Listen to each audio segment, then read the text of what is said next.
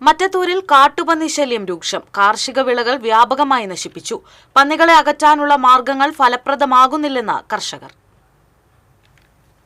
മറ്റത്തൂർ പഞ്ചായത്തിലെ വിവിധ മേഖലകളിൽ കാട്ടുപന്നികളുടെ ശല്യം വർദ്ധിച്ചു. വാസുപുരം പാലത്തിന് സമീപത്തെ കൃഷിത്തോട്ടത്തിൽ കാട്ടുപന്നിക്കൂട്ടം വാഴകൃഷി വ്യാപകമായി നശിപ്പിച്ചു. നെൽകൃഷിക്കും നാശമുണ്ടാക്കി. നൂലുവള്ളി സ്വദേശി ശിവൻ തണ്ടാശ്ശേരിയുടെ കതിരുവന്ന നെൽച്ചെടികളാണ് കാട്ടുപന്നിക്കൂട്ടം നശിപ്പിച്ചത്. ശിവന്റെ കൃഷിയിടത്തിൽ മന്ദരപ്പിള്ളി സ്വദേശി തങ്കപ്പൻ കൃഷി ചെയ്ത വാഴകളും പന്നിക്കൂട്ടം കുത്തിമറിച്ചിട്ടു. പന്നിശല്യം മൂലം കർഷകർ പൊറുതിമുട്ടിയിരിക്കുകയാണെന്ന് നൂലുവള്ളിയിലെ കർഷകനായ ശിവൻ തണ്ടാശ്ശേരി പറയുന്നു. കൊയ്യാനായിട്ട് ഒരു മാസം മാത്രമേ ശേഷിക്കുന്നുള്ളൂ. ആ സമയത്താണ് ഈ കൃഷി ഇത്രയധികം നശിപ്പിച്ചുകൊണ്ടിരിക്കുന്നത്. പന്നിയുടെ ശല്യം മാത്രമല്ല, മയിലിന്റെ ശല്യവും വളരെയധികം ഇവിടെ നമുക്ക് അനുഭവപ്പെടുന്നുണ്ട്. ഇവിടെ നെൽകൃഷി മാത്രമല്ല, വാഴകൃഷിയും വളരെയധികം നശിപ്പിച്ചുകൊണ്ടിരിക്കുന്നുണ്ട് പന്നികൾ.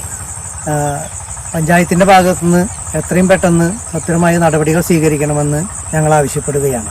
കഴിഞ്ഞ രാത്രി അവിട്ടപ്പിള്ളിയിലും കാട്ടുപന്നിക്കൂട്ടം കൃഷിനാശം വരുത്തിയിരുന്നു. കൊടുങ്ങ സ്വദേശി എടത്താടൻ സാബു അവിട്ടപ്പള്ളിയിൽ കൃഷി ചെയ്ത വാഴ, കപ്പ എന്നീ വിളകളാണ് നശിപ്പിക്കപ്പെട്ടത്.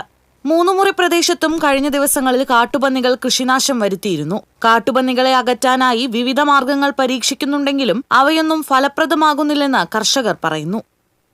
TCV news, Kodakara.